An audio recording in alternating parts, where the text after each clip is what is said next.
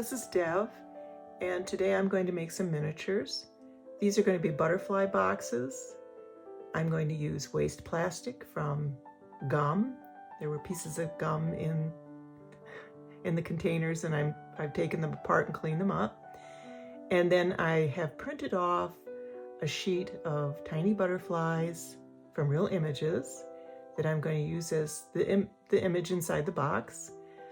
And I'll just use the same paper that I printed it on, that's waste, for the backing, and balsa wood for frames, and a little bit of acrylic paint to paint the frames, and some glue. This is a very easy project. It turns out really cute, and it'll be for a 1/12 dollhouse. I bought a dollhouse recently that I'm going to restore, and so this is going to go in that dollhouse eventually. So stay tuned and we'll get to work. Well, here's the paper, and here are the butterflies that I've printed out, and there's various sizes. So I'll start probably making one, and then we'll go from there. So I'm just going to cut some out. I have some nice little scissors here, and I also have a pair that are actually cuticle scissors, and these help cut around the round areas without having too much white show on the edges. All right, so I think I'm going to start with, let me see here. I think I'll start on this end. Some of them are too small for me to begin with, but I'll just work with what I have here.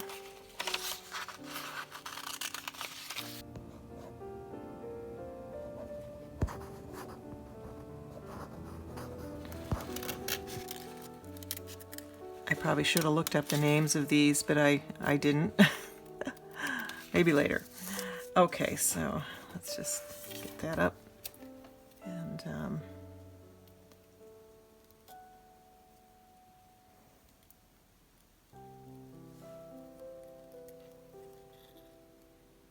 yeah, I can trim this a little better once I've cut it out.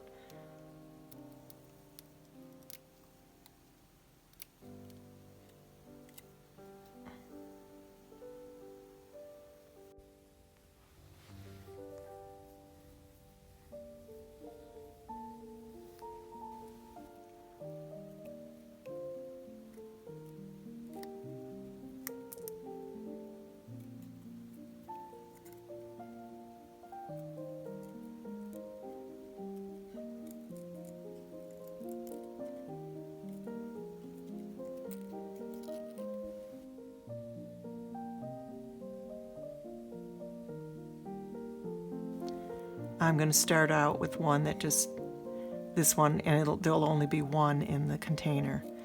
And then I'll do one with two, and then I'll try to cut out smaller ones later that I can put 3 in.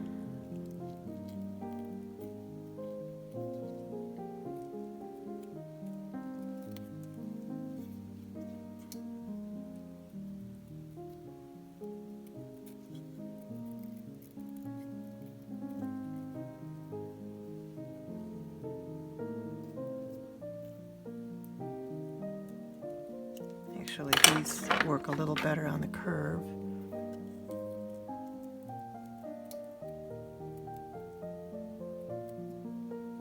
All right.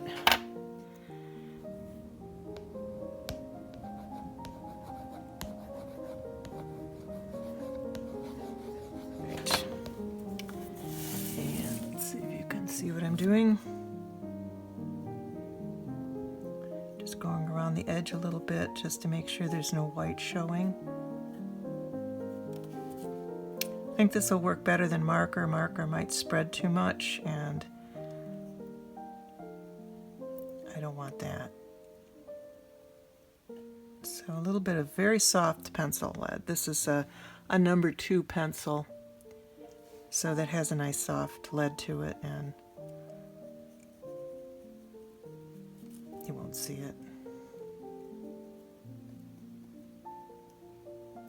Hopefully it won't be shiny. No, that looks just fine. Okay. And I'm going to take some of the waste paper from this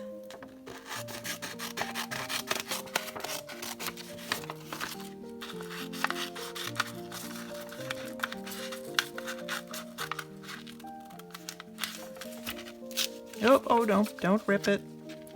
Okay. Put that aside. And these are the little gum containers that had foil backs on them. And they have a little bit of a rounded top. They also have a couple of little like indentations on the top, but you have to really look to see them. And I don't think you can see it on the video. All right, I'm just going to bend this butterfly a little bit, just a little. And I'm going to get a spot of glue.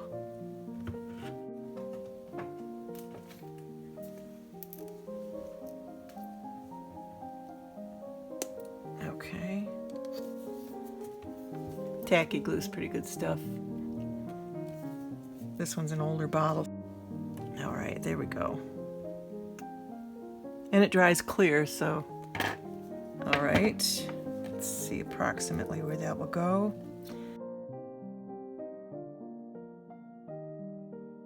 That little butterfly there, and then I'm going to glue it around the plastic edge. You know, if you're really good with a glue gun, you can use that, I'm sure. Whoops, that's a little bit too much. I'll just spread that around. I'm just going to spread it with my finger. I don't want it to be too thick. It'll take forever to dry. Okay.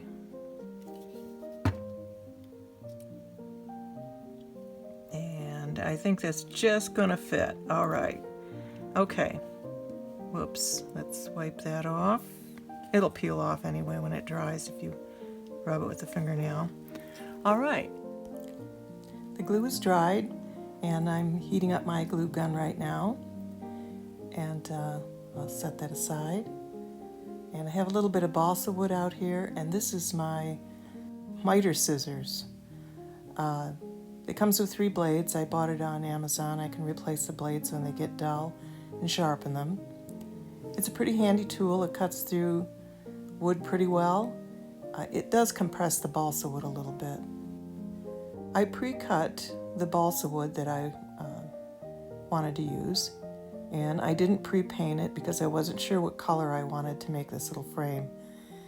I probably will do it in black, but I don't know, brown kept coming into my mind, so I'm going to paint it after I finish it, and it won't be any problem. But you could paint it beforehand, of course, and make it a little bit quicker. But I decided that I wouldn't do that because I wasn't sure about the color yet. So I'm going to fill in the gaps on the sides with an epoxy resin, just a little dab, and then when that hardens, I will sand it down smoothly, being very careful not to scratch the plastic. It's very satisfying to use a glue gun for this portion because it sticks instantaneously. As soon as you put it in, it stays. So I'll put that last piece in.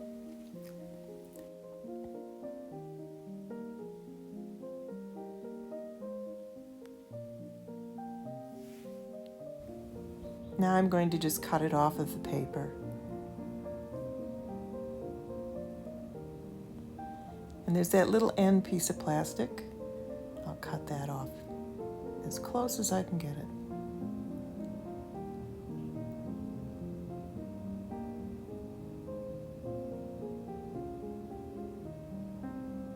All right, now for the next step. I'm going to use a little bit of epoxy and finish this up. Well, not finish it, but finish the corners. The epoxy I'm going to use is Milliput. It's a 2-part that you mix together evenly, and it's in terracotta, and I'll let it set for 24 hours.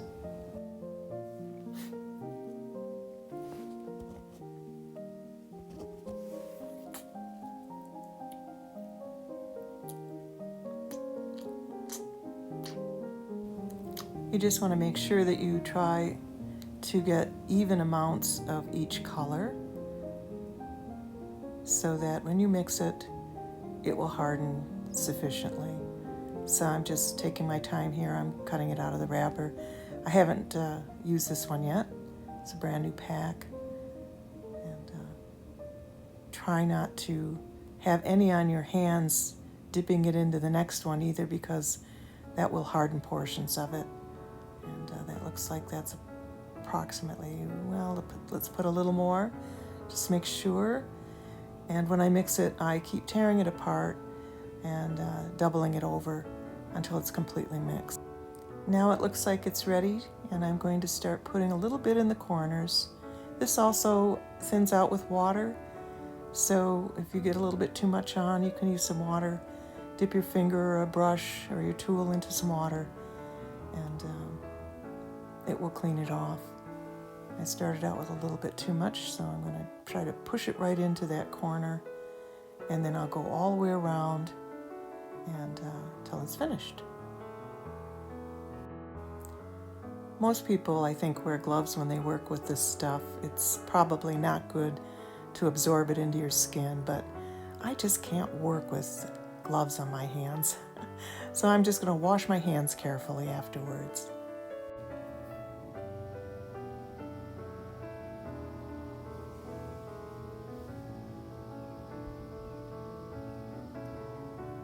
Well, the Milliput dried, and I went ahead and painted the frames. Some of these I painted before I made them into frames. This one I did, and it needs a little sanding yet. I put the first coat of paint on, and I used heavy body acrylic paste for the corners of the rest of them. I put Milliput on this one. It's actually a little more solid with the Milliput, but I wanted to try the acrylic paste, and I had it. And this needs a little cleaning up around the edges, which I'll do. You'll see the last picture in this film will be the cleaned up versions. But I think they turned out very cute, and they're kind of fun to make. And I made this other one, and it would have been nice to be able to put the antenna on, but it was just it's so small.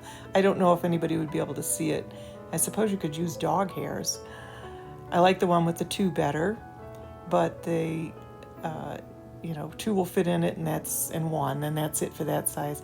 Then I went ahead and made some other frames that I could put 4 in, and again, I painted this first, then glued it on, and then I need to touch it up now, maybe scrape off some of the little bits that got on the glass somehow, I don't know. Not glass, but the plastic. And then I made one with 5, and I do think I like this one the best. I actually used paper to cover the wood. I made this one frame, just one. It wasn't doubled. The other one was doubled on top of each other. And then I put the quilling paper around it, and it needs to be touched up too. And I have to scrape a little bit of the excess glue off and touch it up around the sides. But they're not perfect, but they turned out pretty well. I also spray my papers on both sides with a matte varnish, and it makes the paper a little sturdier, and it made it so that the butterflies would kind of fold in half and then stay there instead of wilting. But it does help the paper quite a bit. There's a little bit of a sheen on it, but not too much. It's supposed to be matte, but I will be cutting more of these out and making more in the future, and I'm sure I'll get better at it. This is the first time I've made this sort of thing, so I'm going to keep at it. These are going to go into my dollhouse that I bought recently, and I think they're close to 1/12 size. They could probably fit in various sizes, though. Not the half size, though. I think they're too big for that. I also made some other frames. This one turned out a little wonky. Out of clay that I found at the dollar store made by Crayola. It's an air-dried clay, and it's white. And I put it in a mold, and then I painted it gold just to see what would happen. I'm going to redo this one, though. It needs to be straight. And I'll have to make some kind of a corner thing so I can push it straight. This is the mold that I used, and it's this bottom piece right here. I just put cornstarch in it, and I made a bunch of these things, actually, out of that clay. It is kind of delicate, though. The clay, once it dries, it's not going to be good for anything that needs real support. but that's what it looks like. And then I painted it with terracotta and then put the gold leaf paint over it. And these are some of the other things that came out of that mold, just so that you can see what that clay can do. And it was very inexpensive. It's $1.25 at Dollar Tree. So I'm also going to make some Christmas ornaments using the same frame technique with the molded frames and with wooden frames. This is balsa wood as well. It's very easy to cut with the miter scissors, and it comes out a little better than the really small balsa wood strips. It's a little cleaner cut. So I'll be painting these and making a Christmas ornament out of this one. It's a little too large for the dollhouse. So this will go on the tree after it's done. And I'll show some of these later in another video where I make wooden frames and clay frames for Christmas ornaments that can be hung on the tree. And there's the ship again. I love the picture. I'll have to make a little smaller one for my dollhouse, and I would like to have a little nautical theme room as well. Maybe a library with a nautical theme in it. So there we go. And here's some of the other pictures. I've sprayed this with varnish, the back and the front. That actually is a painting I did some years ago, and I made it small. That'll be fine for the dollhouse because it's pretty tiny. I used to paint folk art paintings, and I don't do it much anymore, but there's other things here that will go with that room, and then Christmas ornament images at the bottom. So that's coming up. I probably will make a video about framing the Christmas ornaments and putting embellishments on them and doing some different things with those. But here's the finished boxes. There still needs to be a little touch-up paint on a couple of them. It seems like when the paint dries, that's when you see that you didn't get it all. That's kind of how that works. Here's the double stacked one with the 2 stacks of the balsa wood, and that's the single. I kind of like the single one best. It did turn out pretty well, and the last photo you'll see here is them finished. And here they are, completely finished and touched up, and they turned out very well. They cleaned up very nicely. So thank you for watching. Please subscribe, hit notifications if you want to watch more of these videos, and leave a comment. I would really appreciate it. Thanks again for watching. Bye-bye.